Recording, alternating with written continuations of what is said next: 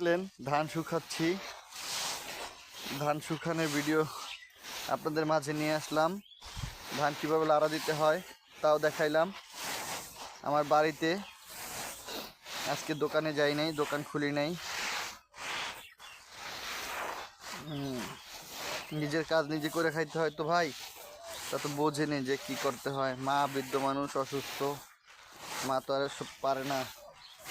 আগে তো কত কাজ করছে মা, কত যত্ন করছে আমাদেরকে, এখন বুড়ো হয়ে গেছে, এখন মা কি যত্ন করতে হয় আমাদের।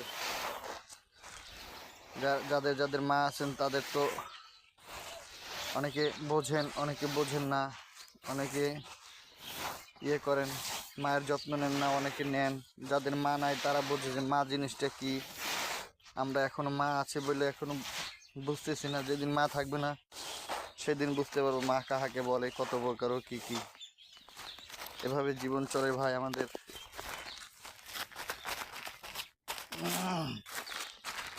ধান নাড়া দিলাম, এই ধানের ভিডিও আপলোড করবো এখন।